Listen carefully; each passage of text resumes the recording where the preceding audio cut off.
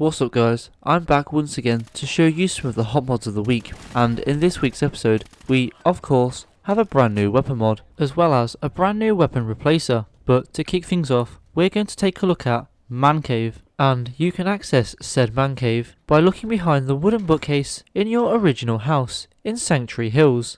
Then you'll be able to activate the workshop and go to town scrapping all of the useless junk.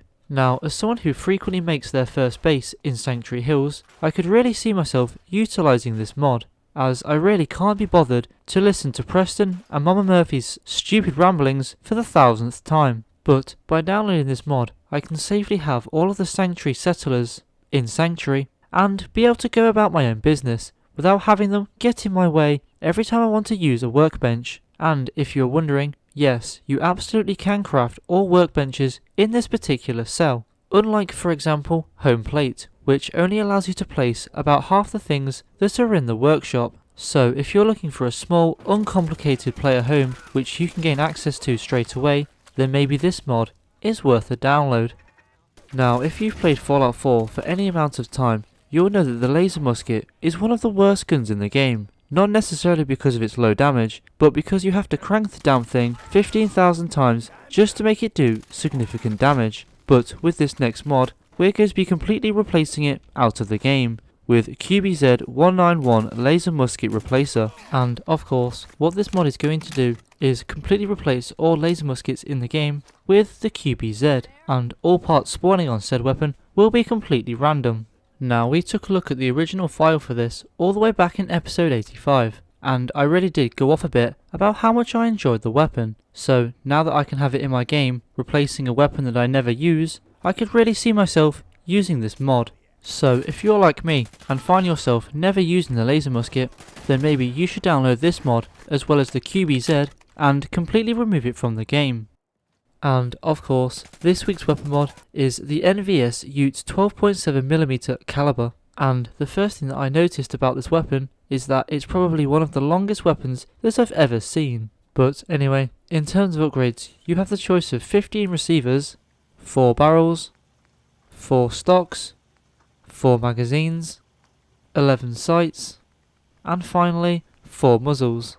Now, this mod is going to come in one of two files, a main file and a main file with leveled list integration, so you should have no difficulty getting your hands on one of these weapons. And as for ammo, it's of course going to use the 12.7mm, which you can get a bunch of simply by downloading the leveled list patch or by using the console. But anyway, let's move on to the next mod.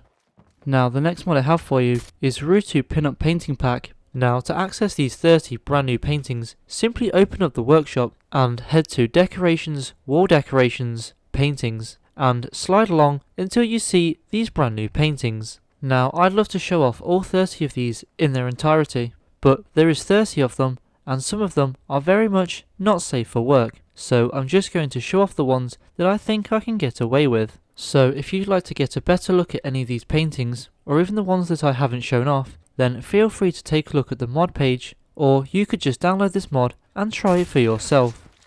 And the final weapon mod for this week's episode is Paralyzing Single Shotgun, and you can acquire this weapon from any suitable loot source as it's added directly into the leveled lists. Or you can do what I did and open up the console and type in help TZ-18 for WEAP.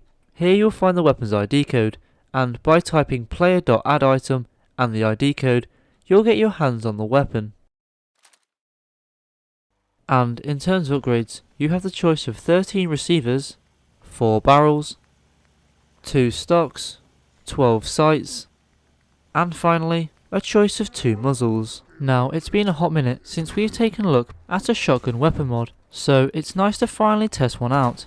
Now, this weapon's name is the Paralyzing Single Shotgun, but from what we're seeing, it doesn't really look like that's what it does. So to make this weapon into the Paralyzing Single Shotgun, you're going to want to change the receiver to the Paralyzing option. And with that, that's going to wrap things up for this mod, and the video for that matter.